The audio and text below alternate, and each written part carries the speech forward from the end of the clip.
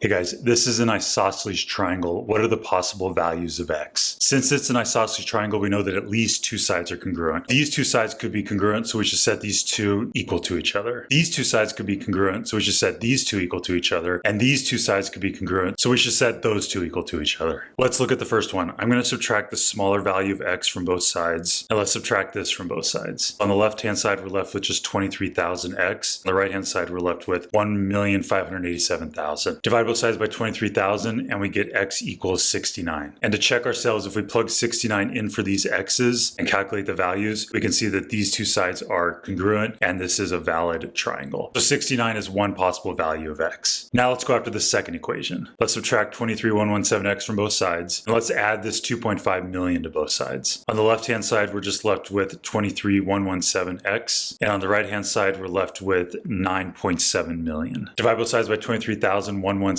and we get x equals 420. And if we plug in 420 in for the x's and calculate the values, we can see these two sides are now congruent, and this is a possible triangle, so x equals 420 is another answer. Then let's do the last equation. We'll subtract the 46,117x from both sides and add the 2.5 million to both sides. Left-hand side is just 117x, and the right-hand side is 8.1 million. Divide both sides by 117, and we get x equals 69,420. We can substitute this in for all three x's and calculate the values, and we see that these two sides are now congruent, and this is also a valid triangle. These are the three possible answers for x. And if you guys want to try more of these, look at the top of the screen. How exciting.